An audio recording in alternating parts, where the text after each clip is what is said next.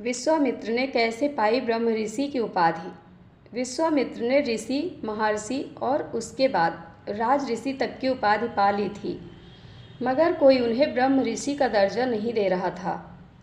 जब भी कहीं ऐसी कोई चर्चा चलती, उन्हें यही सुनने को मिलता कि ब्रह्म ऋषि तो वशिष्ठ हैं। उन्होंने और कठिन तपस्या शुरू की।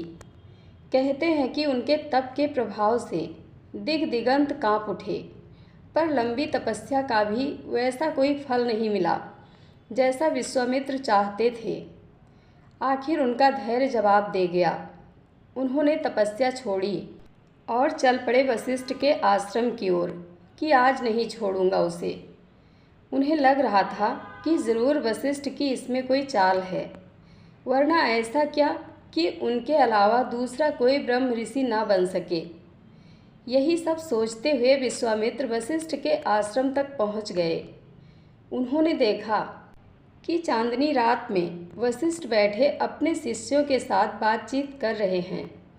वहीं पास की झाड़ी में छिपकर वह गुरु और शिष्यों के बीच की बातचीत सुनने लगे। शिष्य ने वशिष्ठ से पूछा, गुरुवर, स्वच्छ आकाश में प्रकाश फैला रहे इस शीतल चांद को देखकर आपके मन में कौन से भाव आ रहे हैं। वशिष्ठ बोले, चांद की चांदनी वैसे ही पूरे संसार को प्रकाशित कर रही है जैसे ऋषि विश्वामित्र का यश। विश्वामित्र चकित रह गए। कहाँ तो मैं इन्हें मारने चला था और कहाँ यह मेरी प्रशंसा कर रहे हैं। वह सामने आए और सीधे वशिष्ठ के चरणों पर गिर पड़े। क्षमा ऋषि प्रवर, क्षमा। वशिष्ठ ने उन्हें उठाते हुए कहा, उठो ब्रह्म ऋषि। इस बार विश्वामित्र समेत समस्त शिष्ट मंडली चौंक पड़ी, पर वशिष्ठ मुस्कुराते खड़े रहे।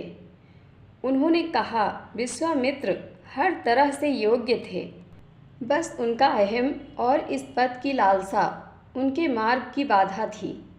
जैसे ही वह पश्चाताप के आंसुओं के साथ झुके, दोनों बाधाएं तत्क्षण दूर हो गई और वह पद उन्हें मिल गया जिसके वह अधिकारी थे।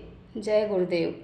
कथा आप लोगों को कैसी लगती है कमेंट बॉक्स में अपनी राय अवश्य दें। धन्यवाद।